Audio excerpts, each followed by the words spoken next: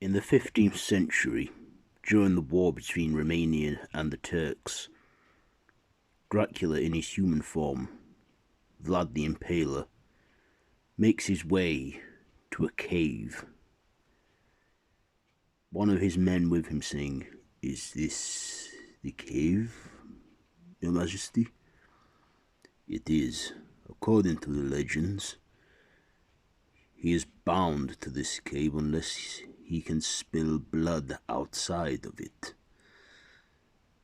I just wonder if he's in here still. According to the legends, no one's ever made it out alive.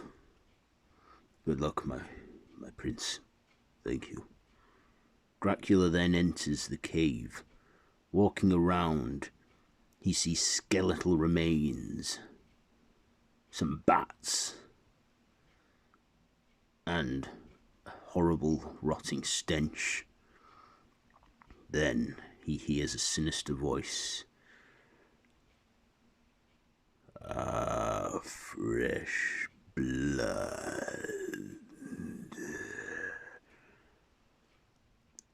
Dracula then says, "My name is Vlad Tepes III.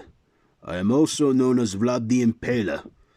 I am son of the dragon, Dracula, as they say. Many people who visit me are riddled with fear.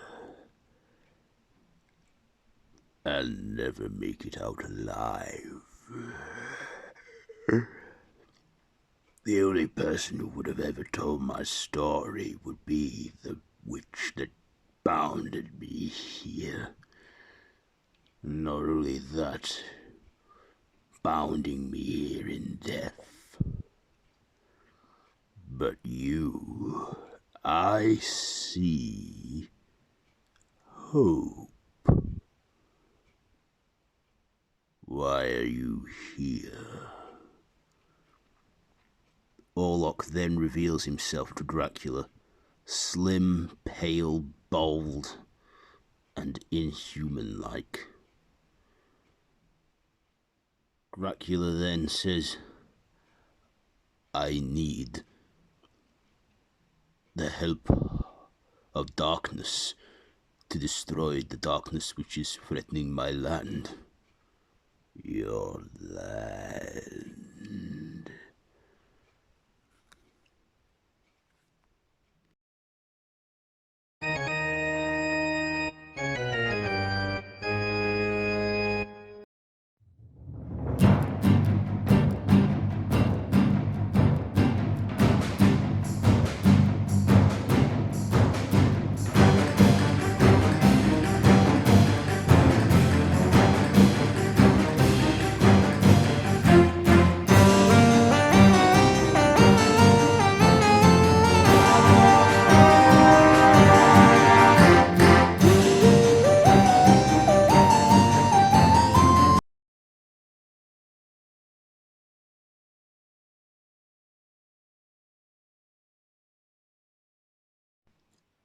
Dracula awakes the next evening, seeing that the month is October and that the clocks have gone back. The night time comes in sooner. Dracula prepares himself to hunt down Orlok. His bride Shelley says, "You're going to be okay, my love." "I will. You just stay here. I'm going to kill this beast." "He's a lot stronger than you, isn't he?" "Yes, but I will try my best." Then Dracula meets up with the SWAT team and Ava Van Helsing, with Agent Todd Browning there. Dracula then briefs them, saying, "Now listen here. You are dealing with an ancient vampire. He is dangerous. He is strong. Do not underestimate him. I'm going to need to rely on you a lot. Do you understand?" The men reply saying they understand, and they then prepare to hunt for Orlok. Meanwhile, in London, Orlok walks through an alleyway where he grabs a stray cat and sucks it dry from blood. And walking along, he sees a high street, a gothic theme going on as Halloween is in full season swing. Orlok wanders around, some people welcoming the existence of monsters, and some even fearing them. Orlok then walks into a shop selling gothic merchandise. Then, one of the clerks approaches him saying, "Can I help you with anything?" Orlok then turns and says, "You want to help me?" Well, yeah. Wow, that's a cool costume. Costume. I see that around this time of the year, humans dress up as monsters, unaware that we are among them. "Whoa," said the clerk, all gothic. Are you like a real monster?" Then a male clerk walks in, going, "What's going on here? Whoa, what's with this guy?" The female clerk then says to him, "I think he's a real monster." "Wait, a real monster? Oh, come on. It's got to be a hoax. That whole Battle of London stuff." "Battle of London?" "Yeah, monsters exist now, apparently. I mean, I knew something might be real, that the government was hiding stuff." "Hiding?" Then, the two clerks look across the room and see a mirror. They see their reflection, but not Orlok's. Orlok then approaches the woman, putting her in a hypnotic trance. The male goes, "Whoa, are you going to kill us now?" Orlok looks in his eyes and puts him in a hypnotic trance. He asks why he can't move, and Orlok says, "Because you're under my control now, human."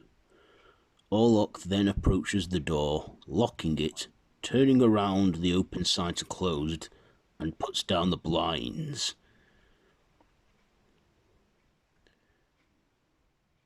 Dracula and the SWAT team are all undercover, hiding in sight. Then, some vampire fans notice Dracula, going, "Whoa, Dracula! Selfie? Hey, you're that Van Helsing chick!" Everyone gathering around as if they were celebrities. Dracula, unable to take the hassle, then shifts into a bat and flies away. He then reverts to his human state on a rooftop. He then has the sense that something's not right. He quickly turns to mist and makes his way in through an air ventilation into the goth shop, where he sees blood everywhere. Dracula then looks around and dips his finger in some of the blood and tastes it, having vivid visions of Orlok feeding on the two clerks. Then Dracula feels Orlok's presence. He comes out of the store and sees Orlok among a crowd of people in full festivity of the Halloween season. Then Dracula attempts to run to him.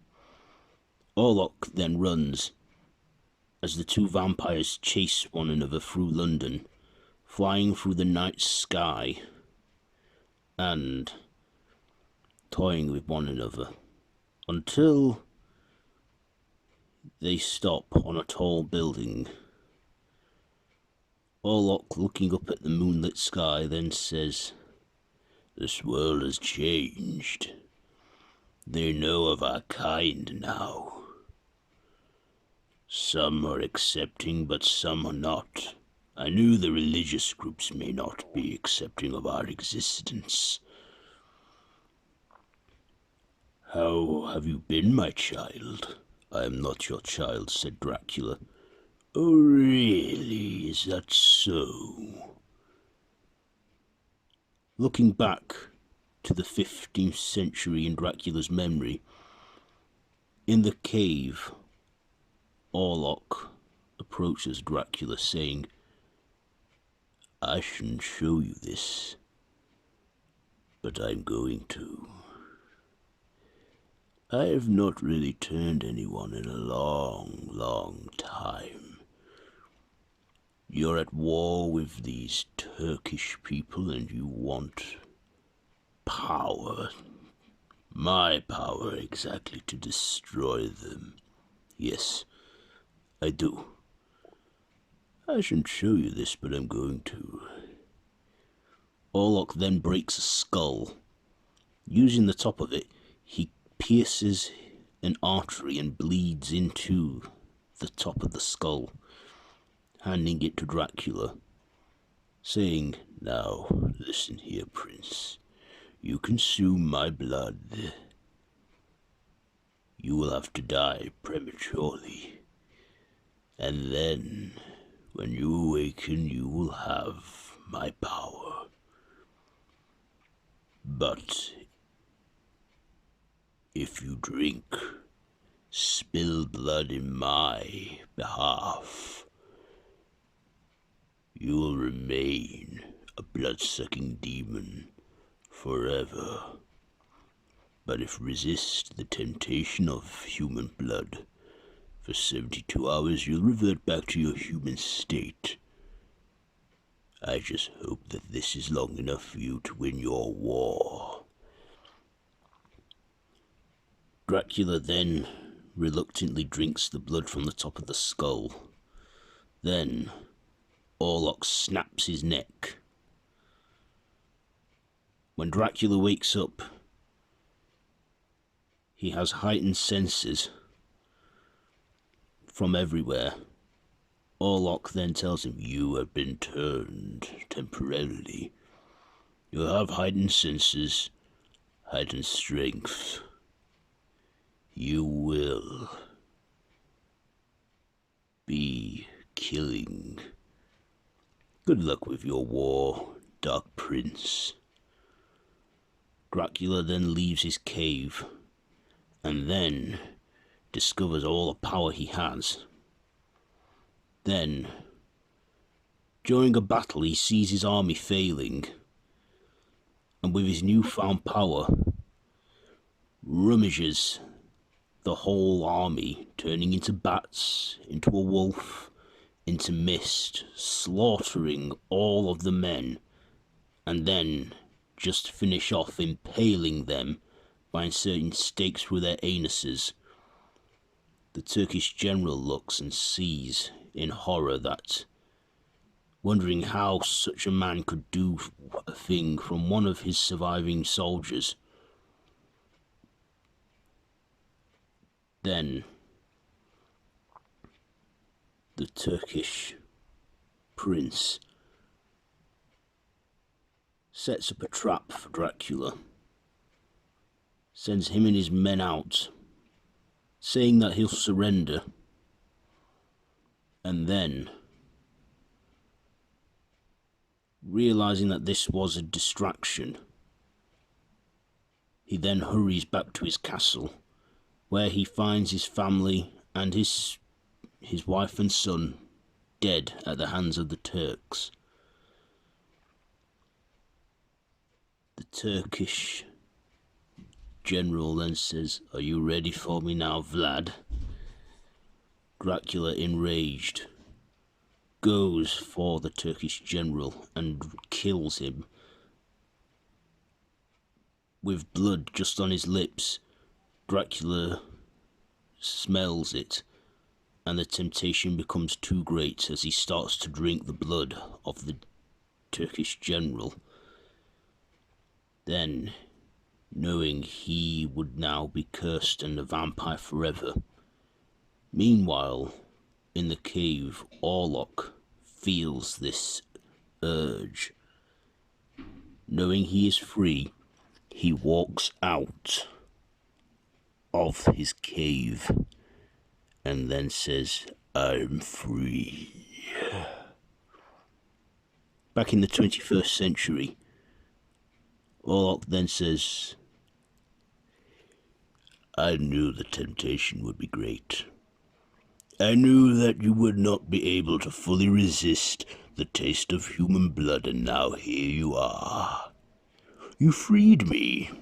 For a while, that is, but then you teamed up with that hunter, and I see that you're still allies with the Descendant and a girl. How times have changed. This century is very, very different to the old ones. I'm going to kill you." "Ah, but you can't kill me. Although you said to everyone that you can, but you can't. You're sired to me. I never released you, which is why you seek the help of a vampire hunter and his army to imprison me. You can't kill me. You are sired to me, meaning you're mine, boy." Then, a wooden arrow shoots into Orlok's shoulder. Ava is there, saying, "Quick, we can kill him now."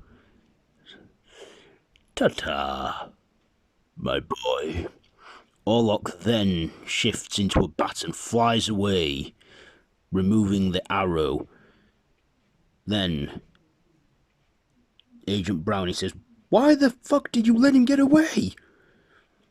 You had him." "Dracula, do you know something about this thing?" "I have not been truthful with you all. Orlok is my maker. He turned me." "What?"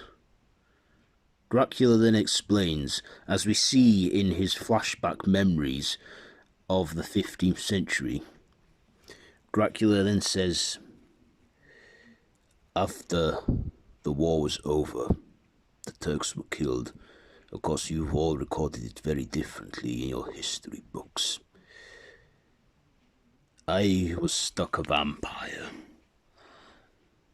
But I also knew that Orlok was dangerous, and he could not be out. So, I tried to fight him, but as long as I was compelled, I could not do anything, so I had to turn. I turned to the best monster hunters around. I found your ancestor, Ava, the descendant of the original Van Helsing who imprisoned or had involvement with imprisoning Orlok. Of course, I had to turn to the ghost of the witch that laid out the curse, but with the curse broken, she was then taken away into a purgatory. Me and your great ancestor, we fought him, and with his power and his skills, we managed to imprison Orlok in a tomb. We then took that sarcophagus onto a small island in the Mediterranean where we thought no one would find it. Of course, in later centuries, people found the island and made it a tourist attraction. There Orlok has been sleeping, and now people have gotten curious and dug him up. And now he is alive and he is out, and we have to stop him. His blood is ancient. His blood is in most of all of us vampires. So what do we do now? I need you all to help me stop him, because I cannot do it. The Siren bond is strong, and the only way I can be free from it is if he breaks it. So what, you're gonna have to make him set you free? Said Ava. I must try and find a way to do so. Because he is strong. Agent Browning then says, but won't a stake to the heart, a beheading kill him? A beheading, yes. He's also weak in sunlight. But of course, he has fears, such as beasts. I'm not fully sure if another supernatural creature like a werewolf can harm him, but we need to try. So what, you're suggesting we should find Talbot? Said Ava. Let us try another thing first. I will try to make him release me. He won't be able to resist a good fight, I'm sure. So, we have to be ready for him. Meanwhile, at Orlok's lair, the drug den, he then walks among his newly turned vampires, which are the homeless and the drug addicts, even the two goth shop clerks. Orlok then saying, "My children, you all look perfect. Now you must get strong. So go out there and feed, as I plan to. Well, let's just say it'll take time, but I'm sure we can convince nearly every vampire that isn't of our clan to support the same cause. Humans are cattle, and everything else that's not a human is an infection. Now go! Let us feed."